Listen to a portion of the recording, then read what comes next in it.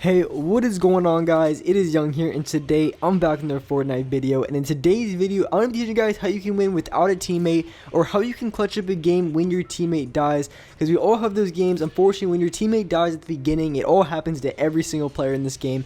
And I'm going to give you guys some really good tips and tricks to teach you guys how to clutch out those games. And before we get into the video, I'm going to be launching up another V-Buck giveaway. If you guys want to enter this giveaway and want a chance to win some free V-Bucks, all you have to do is to drop a like on this video, subscribe to my channel, and also as well subscribe to Fortnite Trends. The link for that channel will be in the description down below, or check the pinned comment.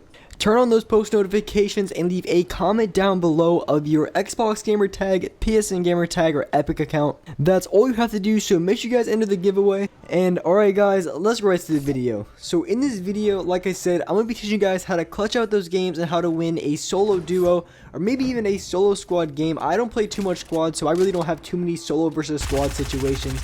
But pretty much, I would assume you'd be playing it the exact same way as I would be playing the solo duos. There's a lot of things in common in between those both. So whether it's in solo duos or solo squads, there's a lot of things that you can do in common that is going to give you the best chance and best opportunity to win in that game. I want to talk about one specific tip in general, and I haven't talked about this tip before, and I don't think I've had any other person or nobody else that I've seen cover this tip, and it's really important. And if you guys want to win in solo duos or solo squads, this is something that you definitely have to do in order to be able to consistently clutch out those games, and that is knowing when and how to challenge the other players that you're going against. And this is a really important tip, because it's very easy. I'm like, honestly, it's really not too hard to clutch out games when you're running up against people and you have 200 HP, max materials. You know, you have the best chance of winning. That's going to be the best chance, but it's not going to be like that every single time, or almost never. And just to back up, when going into gunfights and you're playing against solo duos or solo squads, if you want to give yourself the best chance of winning that fight against the other players, especially when you're outnumbered, you always want to make sure that you get that first tag off. You want to make sure you hit the other player first, because if you get that first tag for shield or first tag for health, that is really important. Just knowing how much health the other players have is definitely going to give you an advantage over that situation. Because if you're going into a gunfight and you get one tag off and you know that guy has shield and you tag him again, and you know you hit him for over 50 shield and they still have shield, then you can probably assume that their teammate also has 200 health as well. But if you tag the other player and they don't have any shield, that is really important to know, because you're going to play the situation a lot different if they have 200 HP versus if they have 100 HP. Because if they only have 100 HP or less, you're going to be playing a lot more aggressive and taking a lot more challenges and riskier fights. Because if they have 200 HP and you only have a blue pump, I mean, pretty much the only scenario that you're going to win that is if you get that headshot point blank, which probably for me, you know, from time to time it happens, but it's not very consistent. So you need to be able to be consistent in winning those gunfights. So just knowing how much health the other players have is going to give you that huge advantage. So getting that first tag off is going to be really important. So I'm going to tell you guys exactly what to do when going in those situations. So to really give yourself the best opportunity to win that gunfight, you have to have good positioning. I've talked about this a little bit in the video, but just having good positioning on another player is definitely going to be a major advantage when it comes to those solo duos or solo squads. Because trust me, if you get caught in the low ground and you have like 2 or 3 players spraying at you at the exact same time, you're going to get screwed over, and you're going to get screwed over very quickly, and it's going to be very hard to win in that situation. So you always want to make sure that you have high ground. You want to use buildings to your advantage, because buildings are very hard to get knocked down. If you're on top of a building, unless they have dynamite, which typically a lot of cancer teams do, they just have constant dynamite spam. But for the teams who aren't running around with that constantly, you're going to be able to take them out pretty easily if you have that kind of advantage on the other players.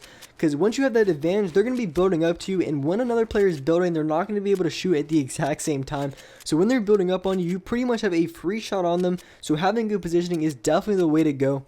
And positioning is one of those things where it's not even just before you go into the gunfight. You always want to have good positioning always.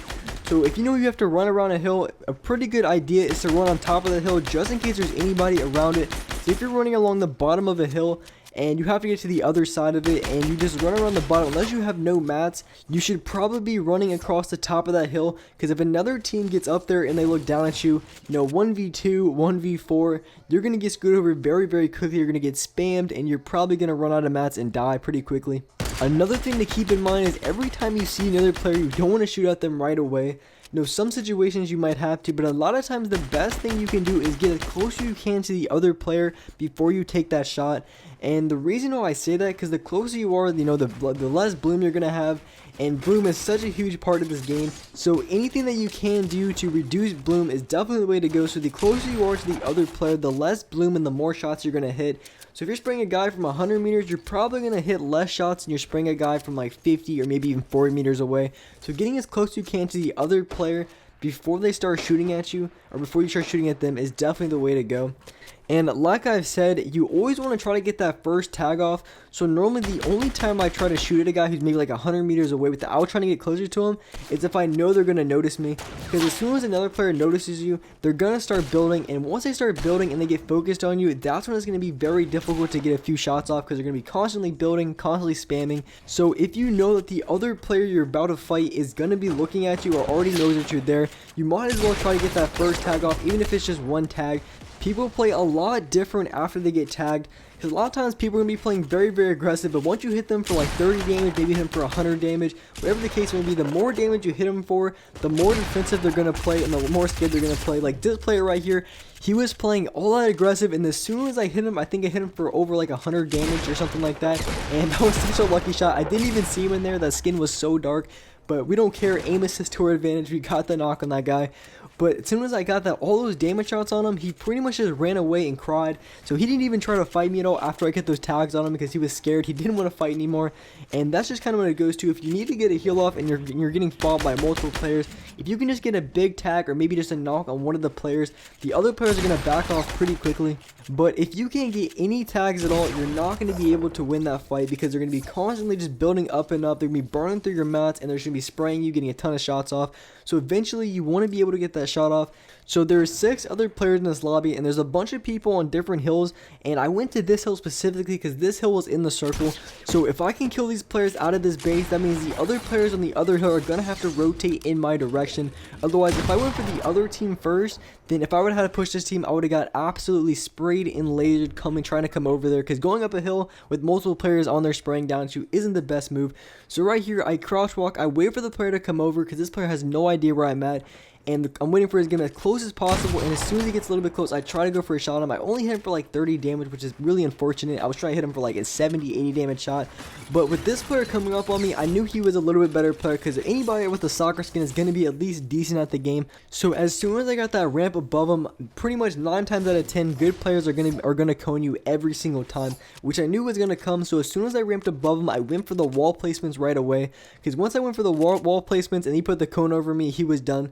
Because they're going to be going for that trap, because they're going to be putting the cone over, and then they're going to try to put up the walls and the trap. But if you can already know that they're going to go for that cone play, then you can put up the walls before they do, and then put traps. So they're pretty much just play themselves and trap themselves, which is exactly what happened in that situation. So right here, it is only a 1v1, and this player is going to take me a long time to find. So I'm ramping up here. I'm going towards the castle, because this is going to be the best point in the circle, because it is a little bit outside the circle, but I knew this player was probably going to be over here. So I wanted to give myself a little bit of an advantage, so I did go for the high ground over here.